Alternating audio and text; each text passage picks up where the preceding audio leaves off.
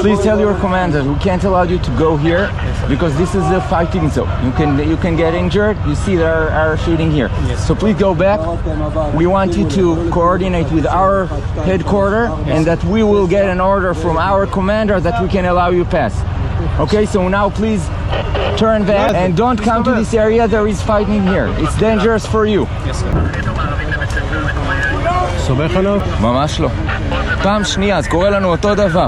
גם היינו בכפר אחר, פתאום הגיע מסעיות שלו, out of the blue, לא ידענו שיש פה לחימה, לא ידענו שיש כלום. אני עוד מרצועת הביטחון, אני עוד בן 47 עכשיו, אנחנו זוכרים גם מהעבר. שאתה לא יכול, השיתוף פעולה שם קיים. אנחנו רואים אותו. להגיד לך שאני סומך עליהם? שיתוף פעולה של מי? של האום עם מי שבשטח, עם הלבנונים, אולי עם חיזבאללה.